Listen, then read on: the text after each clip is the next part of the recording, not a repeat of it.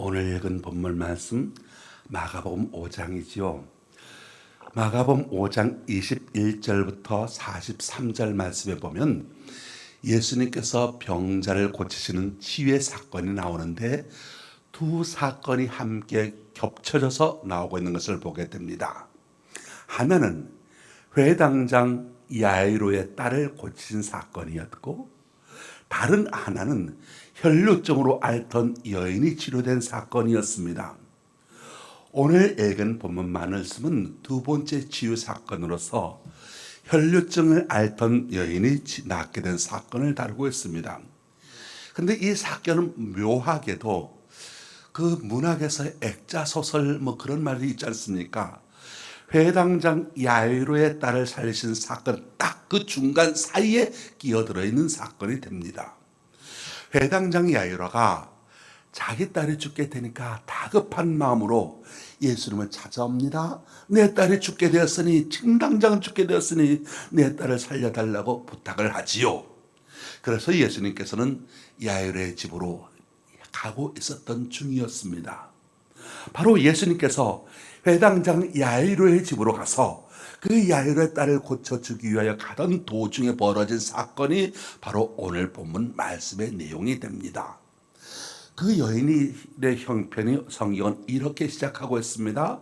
12해를 혈루증으로 앓는 한 여자가 있어.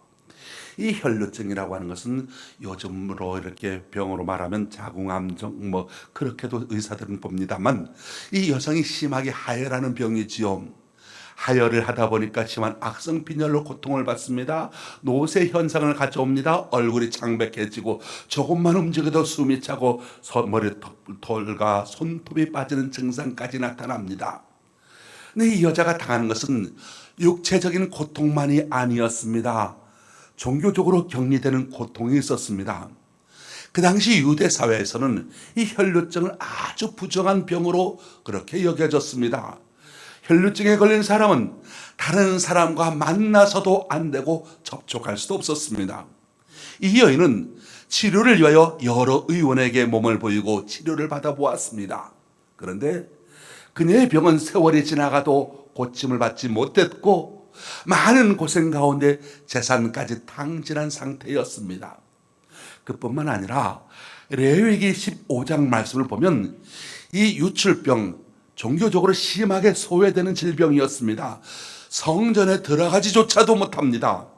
그럴 수밖에 없는 것이 위생적으로 열악했던 시대 아니었겠습니까? 옷인들 자주 갈아입을 수 있었겠습니까?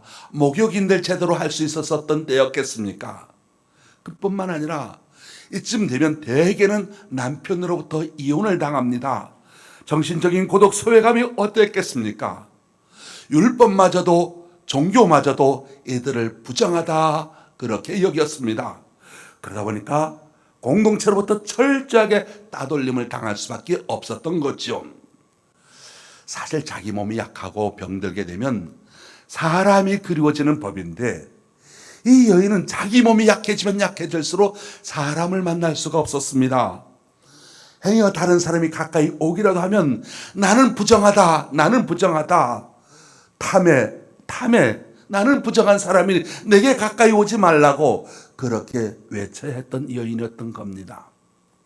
이렇게 절박한 상황 속에서 이어지는 오늘 본문 말씀 27절 말씀에 이 여인이 예수의 소문을 들었다 말씀하고 있습니다. 예수의 소문을 들었다. 어떤 소문을 들었겠습니까?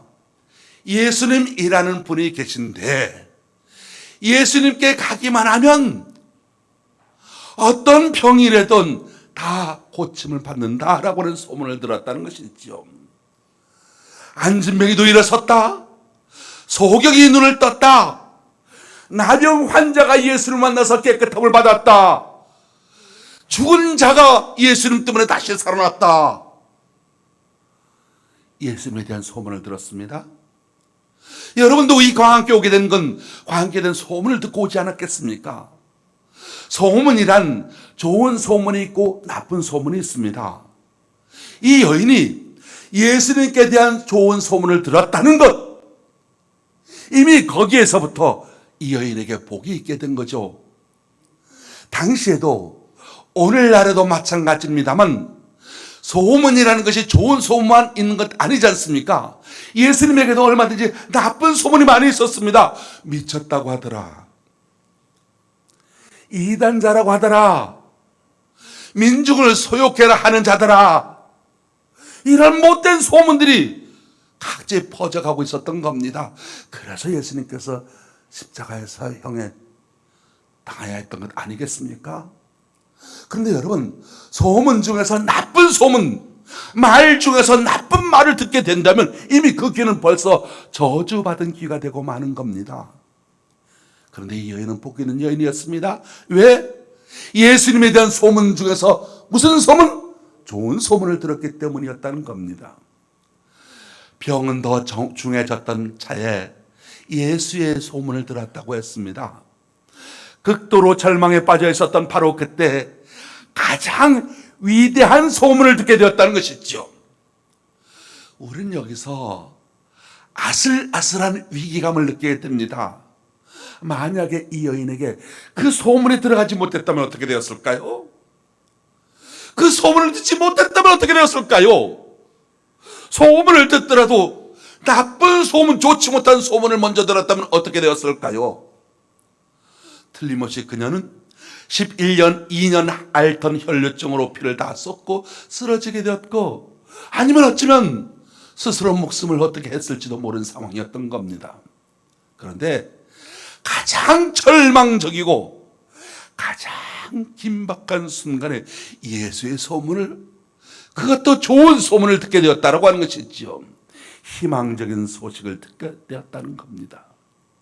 소문이란 버티는 사람이 있기 마련이지 않습니까? 한 입 건너고 두 입 건너는 사이에 소문은 굵어지게 되고 커져가게 되어 있습니다. 만약에 예수님을 만났던 사람들이, 예수님의 소문을 들었던 사람들이 모조리 침묵하고 있었더라면 많은 사람이 구원받지 못했을 겁니다. 뜬 소문이나 헛소문이 없는 것은 아니지만 예수님에 대한 소문은 직접 겪은 사람들이 퍼뜨린 이야기였지요.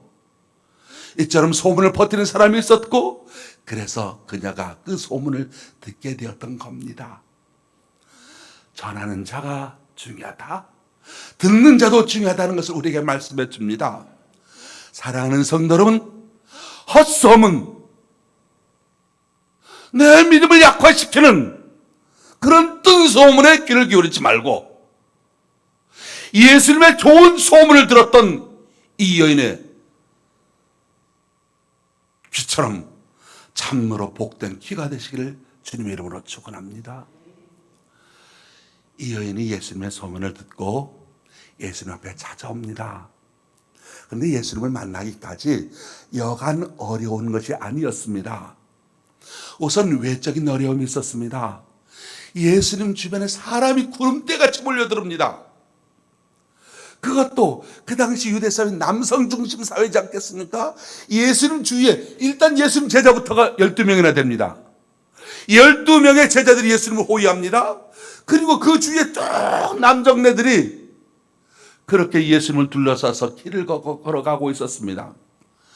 병약한 여인의 몸으로 그 무사람 남정네들을 해치고 예수님을 만난다는 건, 이건 쉬운 일이 아니었던 겁니다.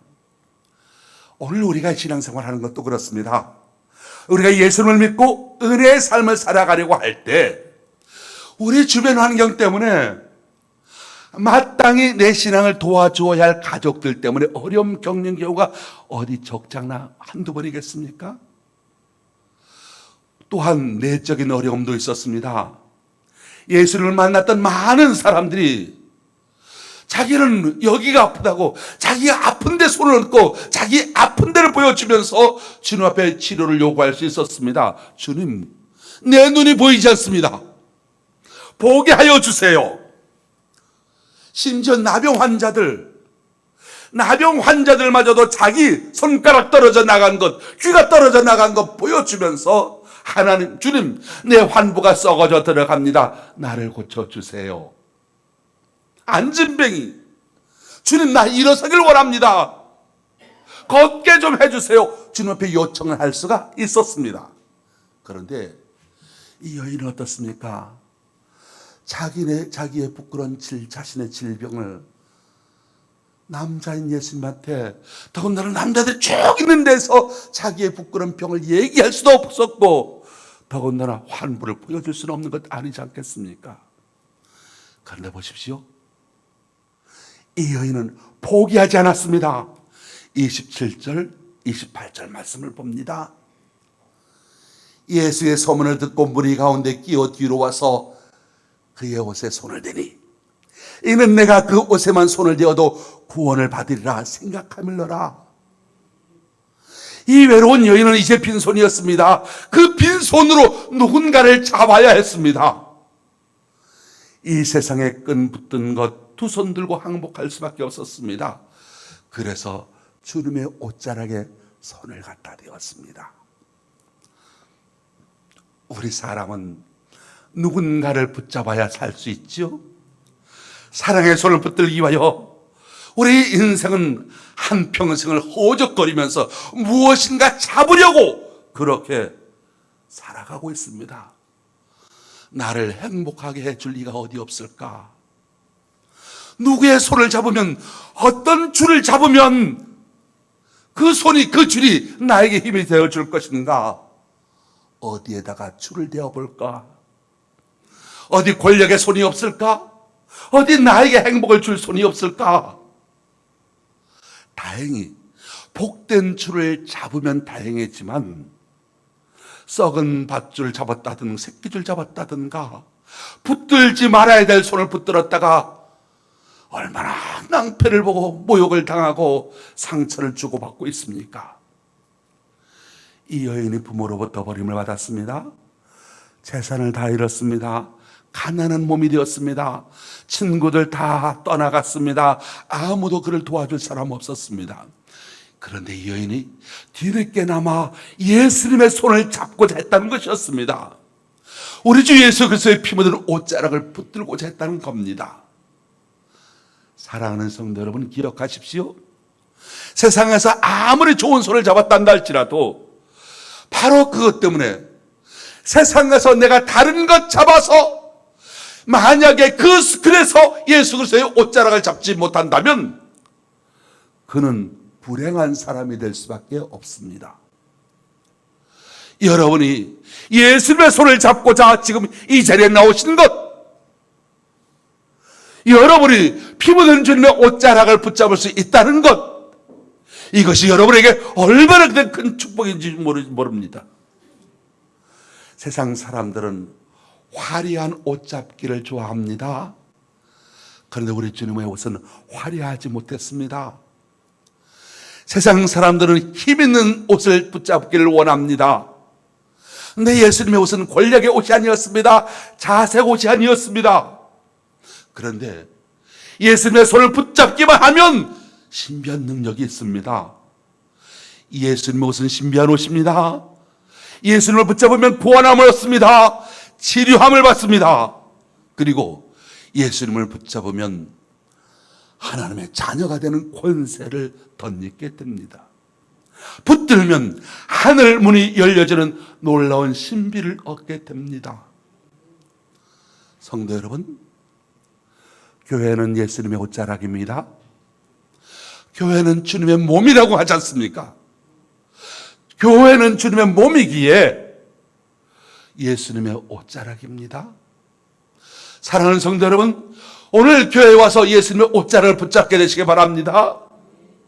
예수님을 붙잡은 여러분 되시길 바랍니다. 예수님의 보혈의 피를 붙잡게 되시길 바랍니다. 예수님의 능력이 여러분에게 임하게 되시길 축원합니다. 어느 교회에 한 여집사님이 있었습니다. 이 여집사님이 남편 구원을 위해서 늘 기도를 했습니다. 남편에게 예수 믿고 함께 천국 가자고 전도를 했습니다. 그럴 때마다 남편이 빙그레 웃으면서 이렇게 말합니다. 당신이나 열심히 다녀. 나는 당신 천국 갈 때 당신 치맛자락 붙잡고 따라갈 거야. 그런데 여러분, 구원은 개인 구원입니다. 자신이 직접 예수님의 옷자락을 잡아야 됩니다. 자신이 직접 마음으로 믿어 그리고 입으로 시인하여 구원받아야 되는 것이지요. 자신이 직접 마음으로 예수님을 영접하고 예수님을 모셔들어야 구원을 받게 되는 겁니다. 오늘 이 자리에 나오신 여러분 자신이 직접 예수님을 믿으시고 구원받으시기 바랍니다. 예수님께 직접 여러분 기도하세요. 직접 예수님 이름으로 기도해서 응답받게 되시길 바랍니다. 여러분이 직접 예수님의 옷자락을 붙잡아 능력받고 축복받게 되시길 주님의 이름으로 축원합니다. 예수님을 붙잡되 확실하게 잡아야 합니다. 이 잡았다 놨다 그러면 접촉불량됩니다. 그 옛날에 전구들 보면 옛날 집에서 보면 전구담에 불 들어왔다 나갔다 그러지 않습니까? 깜빡깜빡 그러지 않습니까? 왜 그렇겠습니까? 뭐 접촉이 잘 됐다 떨어졌다 붙잡았다 못 붙잡았다 그렇게 되니까 깜빡깜빡 됐던 것이고요. 우리가 예수님을 붙잡았다 놨다 그러면 믿음의 접촉불량에 대해서 믿음이 깜빡깜빡거리게 된다는 겁니다. 예수님의 옷자락을 잡기까지는 많은 갈등이 있습니다. 그러나 예수님의 옷자락을 확실하게 잡기만 하면 은혜를 받습니다. 구원을 받고 능력을 받고 치료를 받고 인생의 문제가 해결됩니다. 혈루증 여인처럼 예수님의 옷자락을 확실하게 붙잡는 성도가 되시기를 주님의 이름으로 축원합니다. 이 여인이 주님의 옷자락을 만지는 순간 주님의 능력이 나간 걸 주님께서 하셨습니다. 주님의 옷자락을 만지는 순간 이 여인에게서는 자신의 혈루의 근원이 말랐다는 것, 치료가 되었다는 것을 이 여인은 또한 직감적으로 알 수가 있었습니다.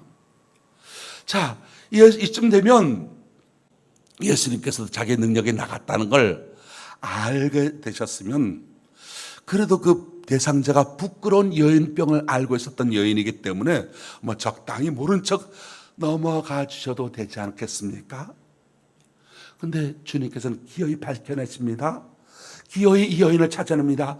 누가 내 옷에 손을 대었느냐? 기억하십시오. 누가 내 옷에 손을 대었느냐? 예수님께서 그 여인을 찾은 이유가 무엇이겠습니까? 수치와 창피를 안겨주시기 위함이 아니었던 겁니다.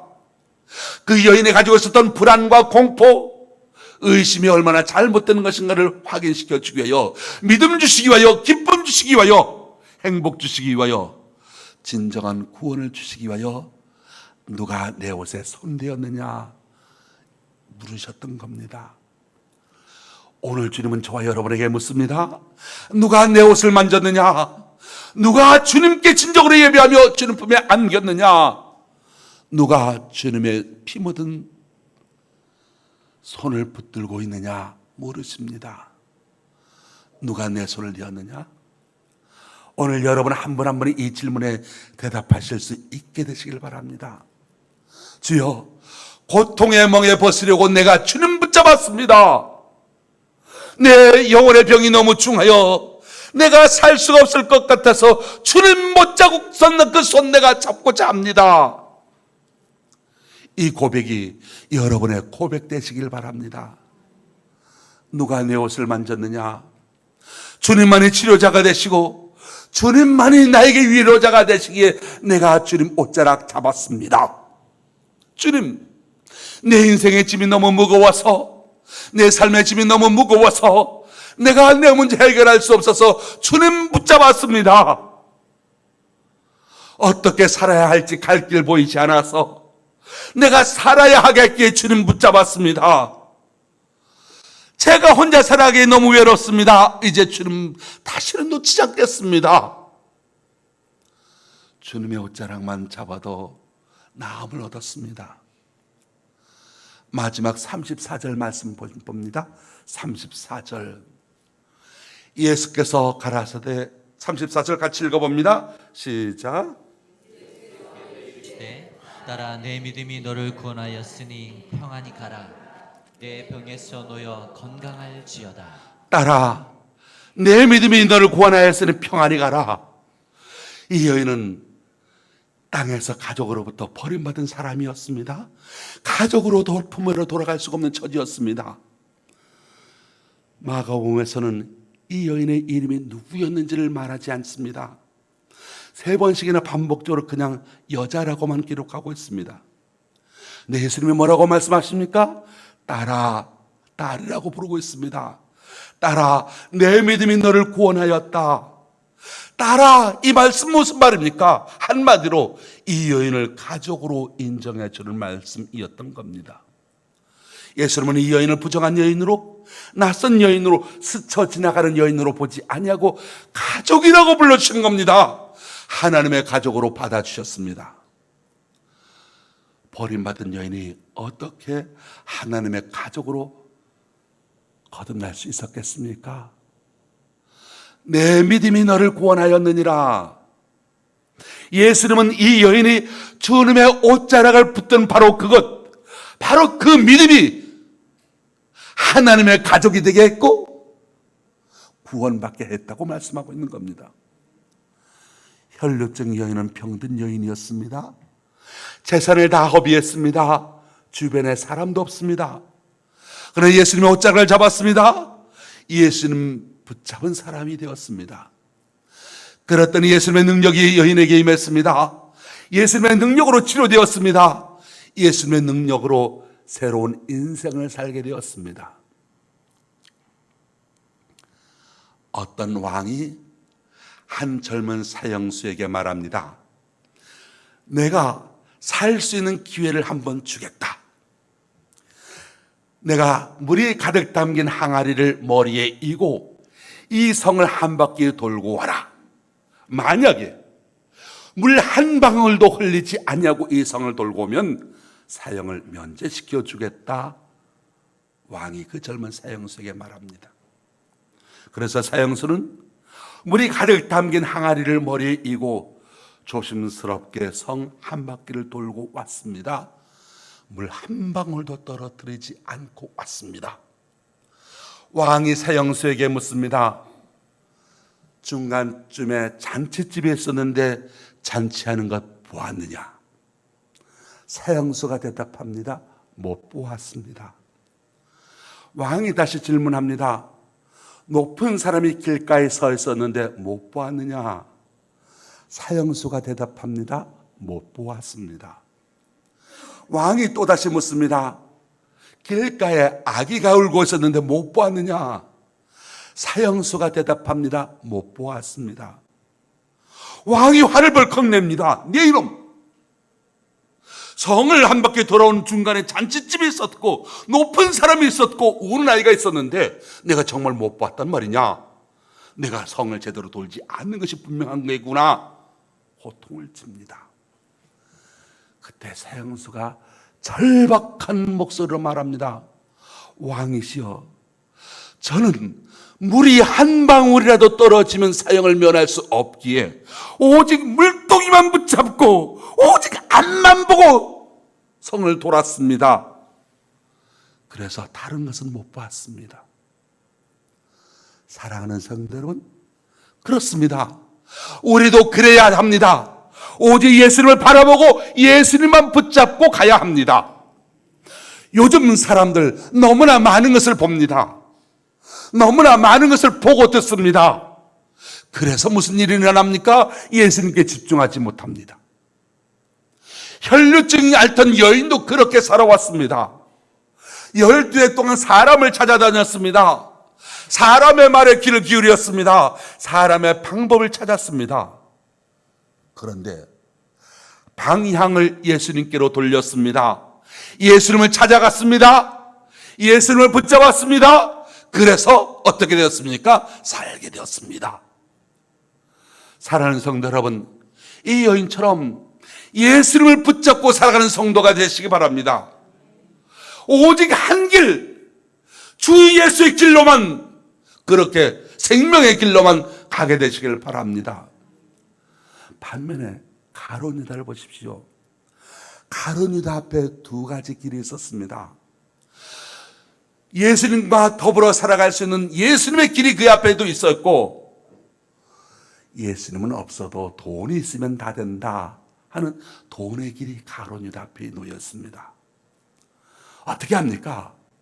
한때에는 가룟 유다가 예수님을 열심히 뒤쫓았습니다만, 그런데 다른 것이 보였습니다.